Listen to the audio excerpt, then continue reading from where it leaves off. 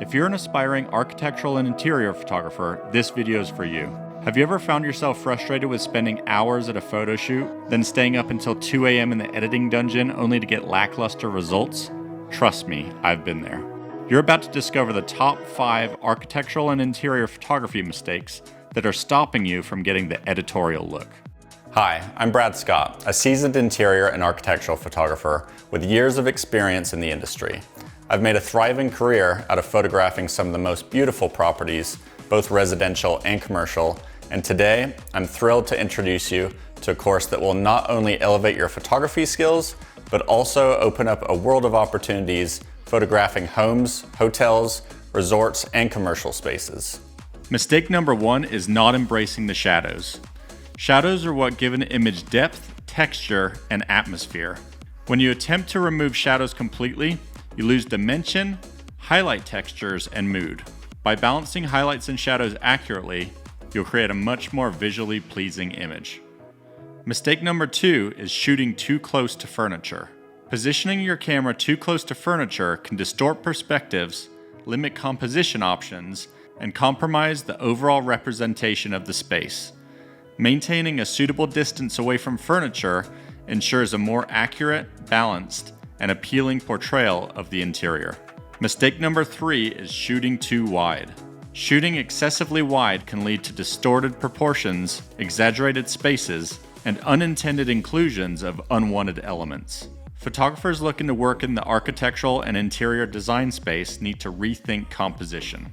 Instead of using super wide focal lengths like 14 to 16 mm, try using 24 to 50 mm focal lengths to compress the background. Focus on highlighting architectural details and vignettes of design elements instead of shooting the entire space. Mistake number 4 is oversaturation of color. Oversaturating your colors, especially blue and yellow tones, leads to an unnatural appearance, an overall inaccurate representation of the color, and distracts away from interior design elements. Striking a balance in color adjustments is essential to maintain accuracy, which is crucial in this industry. Mistake number 5 is overuse of clarity and sharpening tools. Maxing out the clarity and sharpening sliders while editing architectural and interior photos can lead to a cartoonish or artificial appearance. The clarity slider creates noise and graininess, as well as introduces moire and makes highlights look muddy. And the worst offender of all is the unpleasant halos caused by the overuse of these tools. A nuanced approach is essential to maintain the image's natural look and professional quality. Let's take a sneak peek of what this course has in store for you. In the first module, we'll dive into the fundamental principles of interior and architectural photography. You'll understand why your role is pivotal in the commercial, residential, and hospitality market, and how your lens can be the key to unlocking a space's true potential and a valuable asset to your client's marketing. Module 2 is all about the tools of the trade. We'll explore the must-have equipment from cameras to lenses to lighting that make your photos truly shine. You'll discover how to create captivating images, whether you're shooting interiors or exteriors. Module 3 is going to get you up to speed on the best camera settings for capturing accurate, clear, and well-exposed images.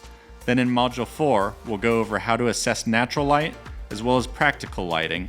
We'll then cover how to introduce additional lighting with flash to create dynamic and beautiful images that best showcase a space. Now let's talk about composition. Module 5 will teach you how to frame shots that tell a story.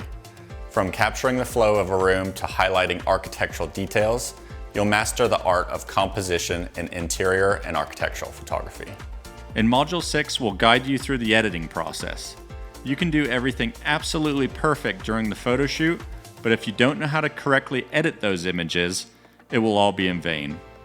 Learn how to enhance your images, correct color, and create stunning photos that set your portfolio apart. We'll show you how to composite multiple ambient exposures with flash layers and then turn them into the final deliverable image that will wow your clients. You'll be able to use this course to provide a service that's so valuable to your clients that they're willing to pay a premium for the photos you're delivering. Photographing interiors, both residential and commercial, is one of the best niches in the photography world to earn a full-time income. We'll dive into the marketing strategies tailored for interior and architectural photographers. You'll discover how to build a standout portfolio, attract clients, and create additional income by licensing images that you've already captured. If you're ready to position yourself as the go-to photographer in your market, this is going to get you there. But the real magic happens when you put it all together.